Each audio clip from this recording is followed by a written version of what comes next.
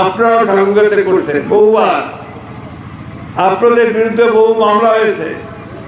ওইখানে আমার বিশ্বাস অনেকে আছেন যারা জেলেও গেছেন। 103 দিন জেল খাটছি। 103 দিন জেল খাটছে। চুরি করছিল, ডাকাতি করছিল না, খুন করছিল, তাদের জেলখানায় স্ট্রোক করছে। একমাত্র অপরাধ যে বিএনপি করছে।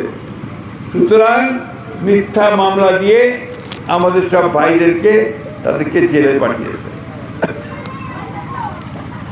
আমি আজকে আপনাদের সামনে আসছি, যারা নতুন মানুষ তারা তো আমাদেরকে বুড়ো লোক সামনে দাঁড়ায় আছে, তাই না?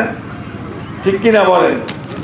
কিন্তু আমি যখন আগে গত সামনে আসি তখন কিন্তু আমি অনেক যুবক ছিলাম। এই যে বছরগুলো পার হয়ে গেছে, এই সব বছরগুলো কিন্তু আওয়ামী লীগ আমাদের কাছ থেকে নিয়ে চলে গেছে। আমাদেরকে কাজ করতে দেয়নি, তারা জোর করে ক্ষমতা ধরে রেখেছিল এবং ক্ষমতা ধরে রাখার জন্য যা করা দরকার, মানুষ খুন করা দরকার, জেলে পাঠানো দরকার, মিথ্যা মামলা করা দরকার, সব তারা করেছে। যার ফলে আজকে এই এতদিন পরে আমি আপনাদের এখানে আসতে পারলাম। আপনারা জানেন যে আমাকে এখন আমাদের বিএনপি বাংলাদেশ জাতীয় দলের আমাদের নেত্রী দেশনেত্রী বেগম খালেদা জিয়া তিনি আমাকে মহাসচিবের দায়িত্ব দিয়েছেন। সারা বাংলাদেশ জুড়েই আমাকে কাজ করতে হয়, যার ফলে আমি খুব বেশি সময় পাই না আপনাদের এখানে আসার।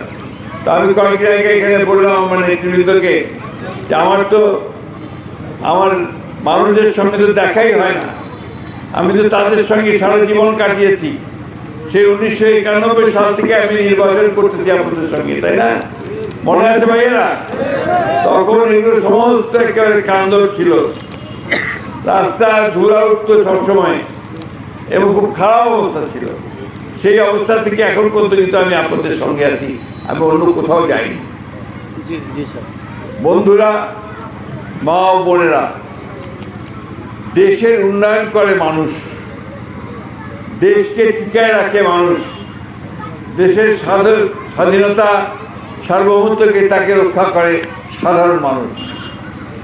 আর কিছু সংখ্যক লোক আসে, তারা রাজনীতির নামে নাম করে ক্ষমতায় যায়, ক্ষমতায় গিয়ে লুট করে, চুরি করে, তাদের নিজেদের সম্পদ বৃদ্ধি করে, আর গরিব মানুষ আরও গরিব হয়ে যায়।